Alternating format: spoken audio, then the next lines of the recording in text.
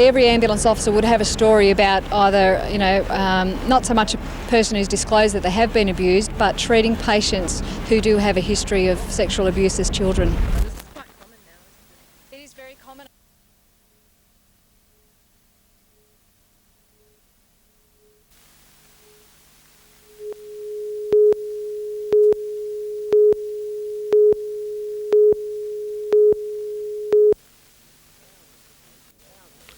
Thousands of new development applications are made in Lake Macquarie City each year, and according to some, they take too long to process. The Building Designers Association, for one, wrote to Council, pointing out that 12 recent medium-density developments took more than 5 months to assess, a figure that's well over the state government's recommended 40-day period. Mayor John Kilpatrick admits there's delays, putting it down to the pre-GST boom, the rising number of development requirements and staffing levels. We do get good staff. They often get headhunted by the private industry that then complains about the delays we have, so it's not that easy.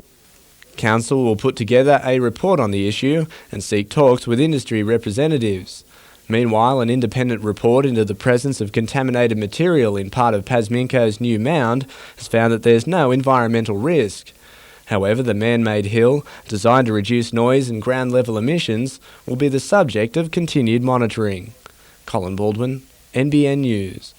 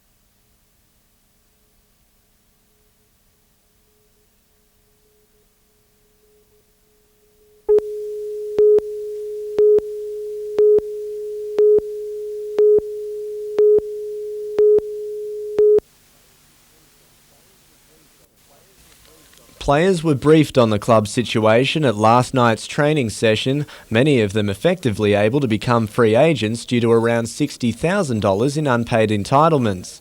However, David Hall sent a cheque today, and while it's rumoured 2 to 3 players may still leave the club due to recent events, Coach Lee Sterry will be leaving them in no doubt what he thinks of that. After tonight, certainly I'll have the players here that want to play and respect Newcastle, and if they haven't got red and blue in their blood, well, I certainly don't want them. And while David Hall reportedly still needs to come up with $765,000 to meet a range of Soccer Australia conditions neither side will confirm, the club is confident. Those things will be worked through. I have no problem about that. And the club will certainly be in the National League. The Breakers, however, would prefer to concentrate on Thursday's pre-season challenge game against the Northern Spirit. And with all teams still mathematically in with a shot of making Saturday's final, Lee Sterry is expecting a great night of football. The 4 teams will be going hard at it, and I'm sure they're still looking for this $15,000 prize money, and it'll be some very competitive games on Thursday night. The crucial clash kicks off at 8 p.m, with Olympic playing Marconi at 6. Colin Baldwin, NBN News. They're going to be a good side.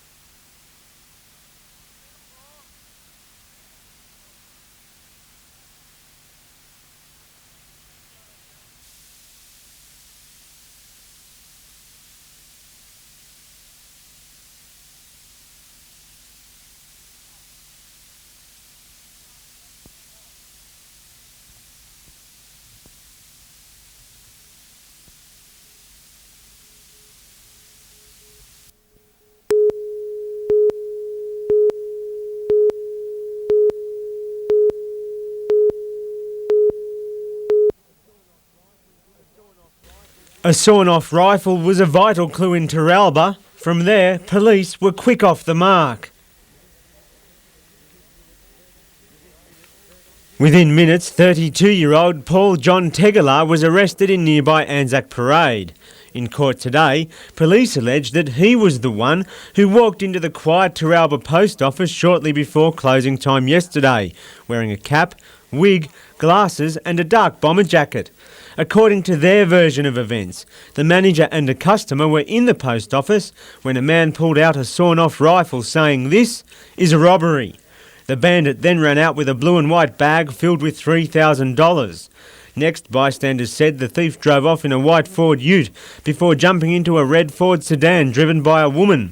When that car broke down nearby, one witness says he approached the man and saw him throw an object into the bushes, where the sawn-off rifle was later discovered. When police spotted Tegala walking along the street in Terralba, he had just less than $200 in the front of his shorts. When they searched under a nearby house in York Street, they found almost $1,600 secreted away. Tegala was refused bail by the Newcastle Local Court Magistrate today and will next appear on September 19. David McElwain, NBN News.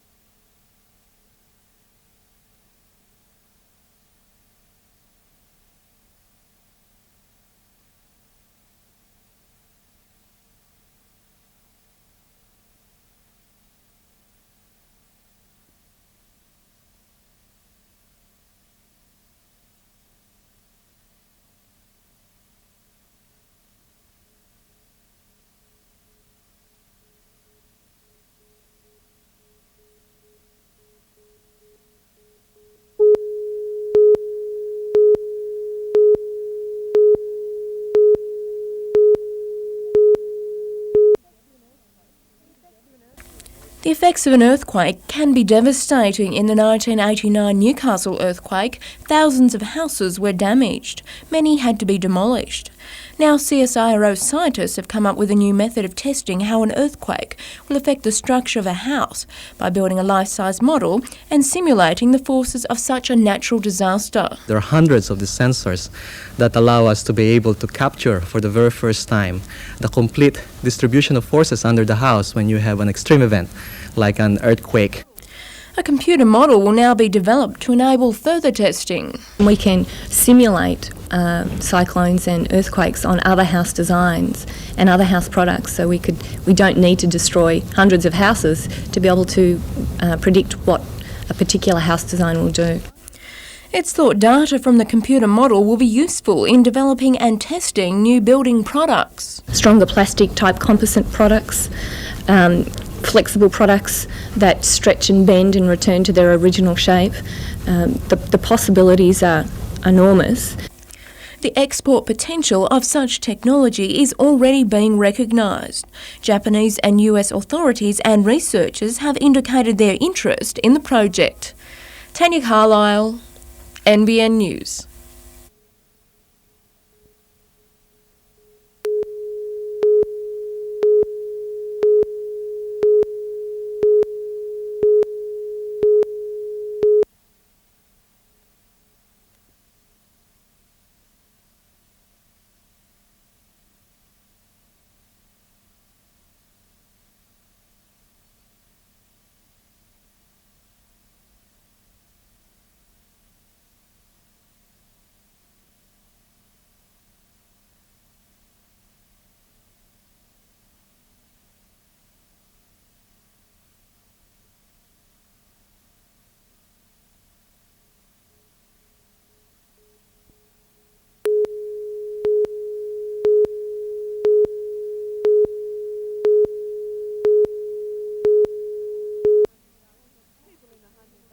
People in the Hunter Valley have probably seen them around and about in Newcastle City, Lake Macquarie, in the Hunter Valley and of course at the training facilities. They may even have spoken to one or two. The hotel, the university and all the people, and you get recognised in the shops and everyone talks to you and wishes you good luck for the Olympics, so that's very good.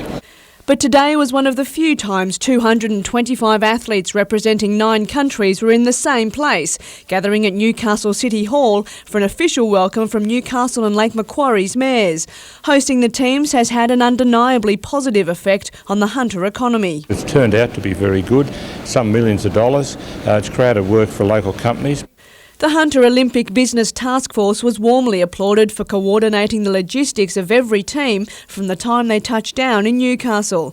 Both the athletes and the onlookers have enjoyed sharing the Olympic spirit. Fantastic. In fact, we don't want to go down to Sydney. We're enjoying Newcastle so much.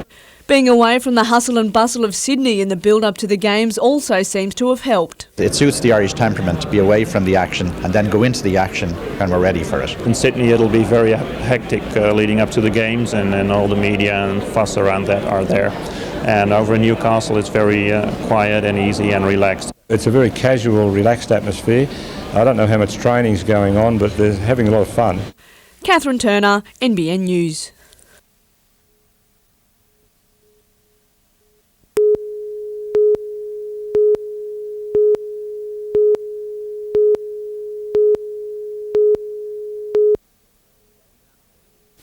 With outstanding superannuation payments yet to make super funds last night, Shane Price and Greg Owens exercised their rights to become free agents, the Breakers losing a captain and a talented midfielder. Coach Lee Sterry admits it's a blow. They're 2 good players, they're 2 good first-grade players gone, and I've never wanted to lose anybody. While both were unavailable to comment on camera today, they've said it was the hardest decision they've ever had to make. Price is being pursued by Perth, while Owens is also attracting interest from the Glory, as well as English, Danish and Sydney-based clubs. And other players could follow. If Soccer Australia decides David Hall has failed to meet set criteria, 15 more have agreed to walk out. Even if I lose this other 15, I'm not going to mess about in replacing people. I know I'm not going to come up with what I've got there now, but at the end of the day I've got a job to do, and I'm going to do it to the best of my ability. Colin Baldwin, NBN News.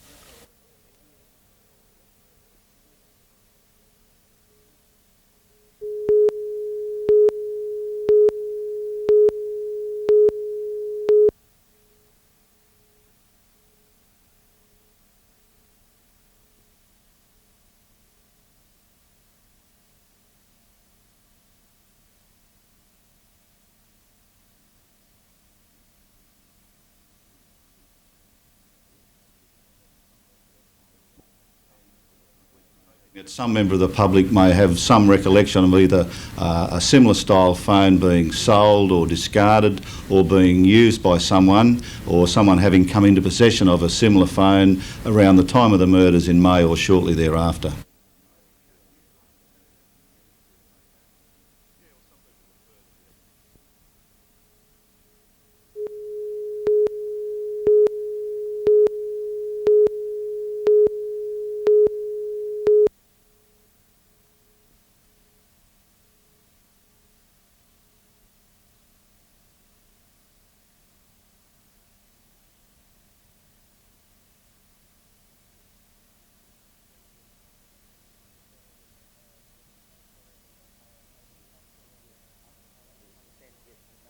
It's a chance to get to know our new coach as well, so Michael Hagan, and I've played with him back in 92, 93, but a lot of these younger players haven't, and they'll get an opportunity to spend a few more months with the coach.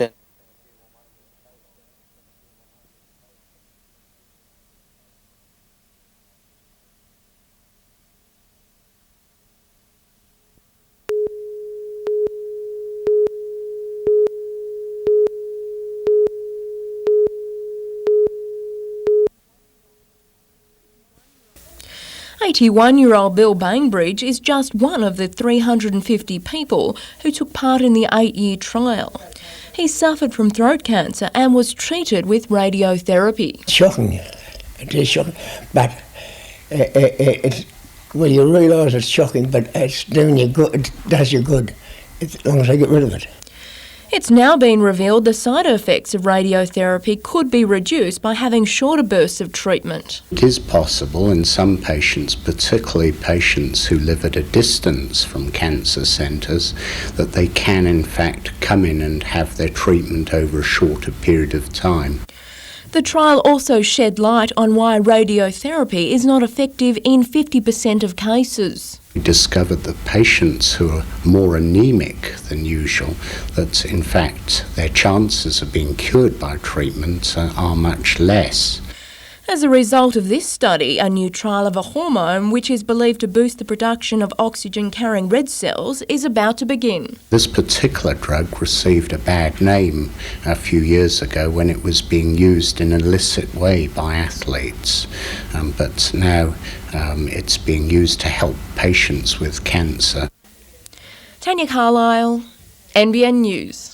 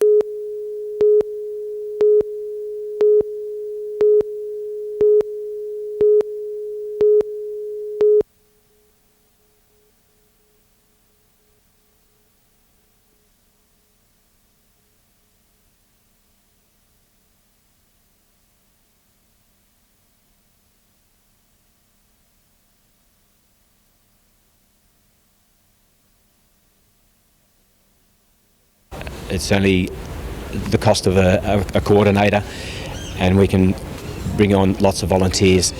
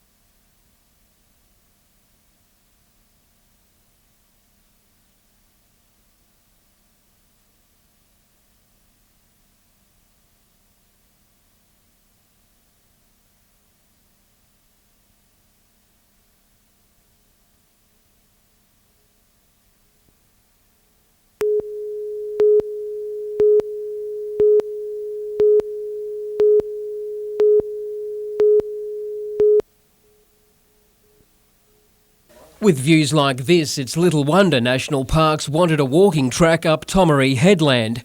Today the track neared completion in an exercise where man was helped by machine. Rather than painstakingly carrying the materials by hand up the 158-metre summit, a Bell 206 chopper was called in, hauling up a kibble of ready-mixed cement in less than a minute. If we had have done that by manual labour, carrying it up, dry cement, wet, and then having to carry the water up, mixing it and putting it in, it would have taken just days and days. All that was required was workmen on the track and the steady hand of a chopper pilot. The trip up and down the headland was repeated between 40 and 50 times. It's estimated that well over 100,000 people will walk Tomaree's summit each year when the track is finished. Had international visitors who we talked to just say it's one of the best views they'll ever see anywhere in the world. Blake Doyle, NBN News.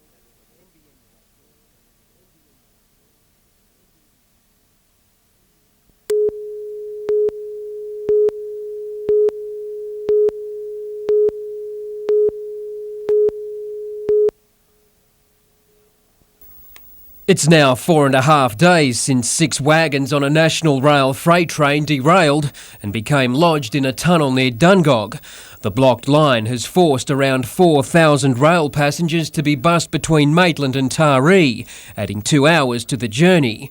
The state opposition believes if the derailment happened closer to Sydney, the line would have been cleared days ago. It derailment that's gone now for 4 days going on to 5 is completely unacceptable and shows clearly that the state government couldn't care less whatsoever on incidents of this nature other than in the immediate metropolitan.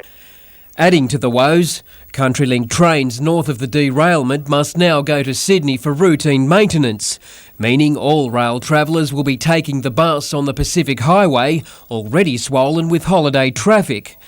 Meanwhile, there are fears tonight over the fate of 600 Freight Corp jobs after the state government's decision to sell off the rail carrier for an estimated $1 billion.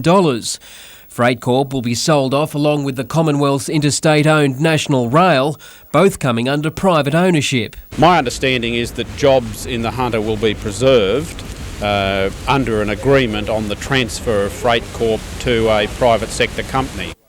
Coal companies are just one group nervous over the sale, concerned that coal haulage rates could rise in private hands. Blake Doyle, NBN News.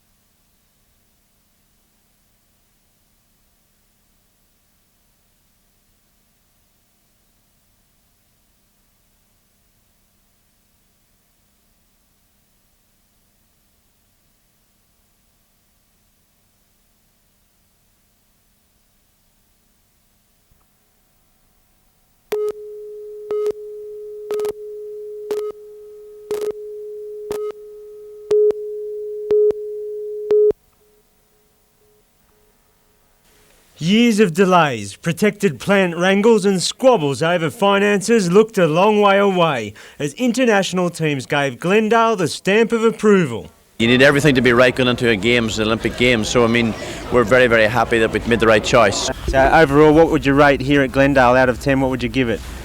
I'd say 8. $6 million and only one international event, but the value may stretch further. The people of the Hunter should be proud of what they have. It's used quite a lot by our local athletes for training purposes, and now to have something like this that's actually here, an international event, has just shown that it has been needed for such a long time. Ireland's Paralympic team will train here and its Olympic stars could be back. It's an excellent facility, full stop, and I notice that the Chinese gymnasts are here as well, and you have a great gymnastics centre there. So, I mean, yes, indeed, I mean, if you were looking at Australia again and anything going on in this general area of New South Wales, you would go to Glendale. And the international competition was good for the Hunters up-and-comers, like under-18 state 400 metre champion Ryan Turton, even though he ran last. Done a PB, so I'm pretty happy with that. Didn't think I'd do it, but they bought it out of me.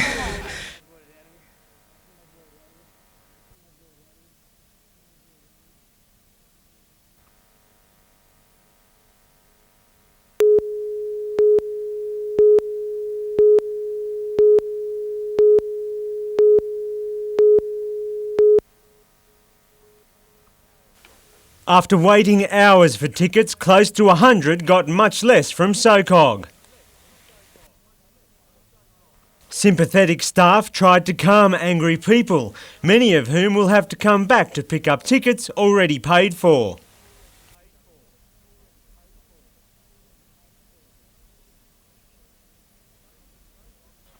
With most Olympic box offices open until 4 or 5 in the afternoon and some until 9 p.m, SOCOG apparently refused requests to extend Newcastle hours past 12:30. We come up from Gosford, which is about an hour to an hour and a half drive, and we got here about 10 and got here, well, just now the closed doors 12:30, so it's a 2.5 hour wait, and we're halfway down the queue.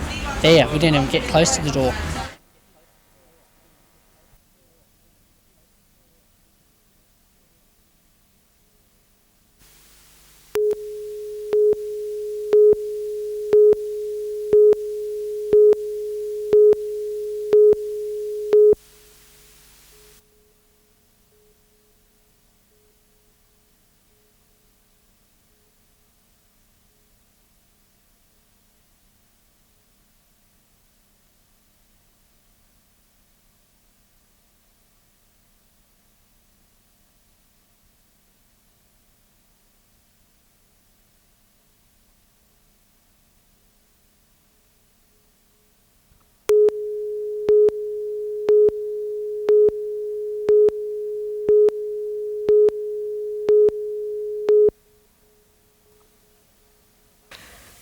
When the plans for the luxury harbourside hotel and apartments were unveiled more than 2 months ago, the latest honeysuckle project was hailed as a major jobs boost for the city.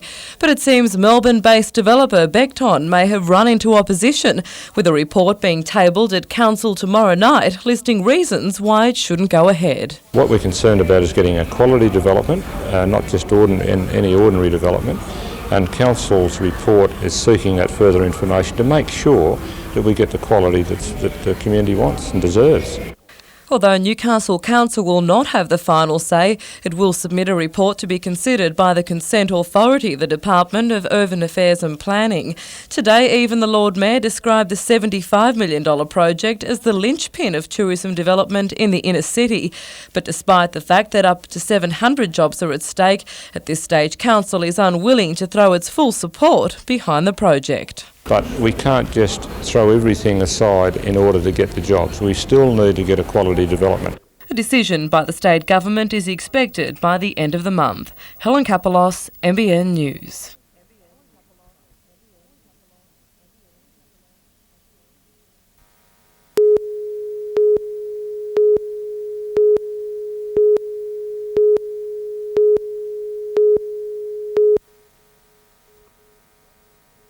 While he may be the richest man in the world, international public appearances aren't that common for Bill Gates. So when he addressed the business community Australia-wide through satellite link-up, Newcastle was there to listen. All your information should be free from any individual device. As well as offering a few pearls of wisdom, the multi-billion-dollar man said that Australia is doing well in embracing information technology. The work style in the years ahead will be one where you're always in that digital environment. Meanwhile, State Member for Charlestown Richard Face launched a new video designed to promote the hunter in Australia and overseas. Not only shows you our strengths with regard to industry and where we're going in the sense of business, but it also emphasises very strongly lifestyle. The video, titled The Hunter Means Business, will be released during the Olympics in the hope of generating tourism and business for the area. Adam Harper, NBN News.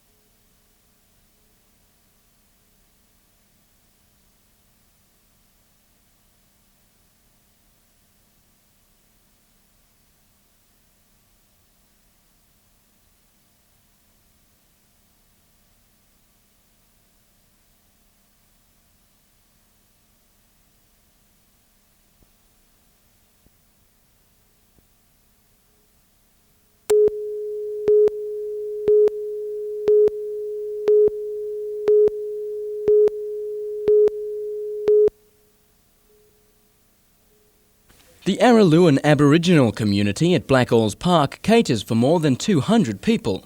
Of those, only 2 have regular employment. But that's an issue Keith Dargan is hoping to fix through setting up the Internet Cafe. Now, the whole idea is to try and bring them along so that they can upgrade their education, and also to eventually end up with good jobs. There are only 6 terminals at the cafe, but it's hoped that another 14 will be added within the next few months. And the cafe is only the beginning of improving the local employment situation. This is nothing compared, this is only a small project compared to what we've got planned for the future, because it's the future that we're looking forward to. Meanwhile, at Cardiff, a branch of Mission Australia has been assigned the task of finding 70 people to fill jobs in the retail and fast food industries. While it may sound like an easy task, it's actually proving quite a challenge. Even if you were to look at interviewing at the rate of, say, 2 or 3 per position, we just haven't got anywhere near that number of applicants. It seems a back-to-front situation where jobs are outnumbering applicants, but Mission Employment has taken on the task of filling those positions within the next few weeks. Adam Harper, NBN News.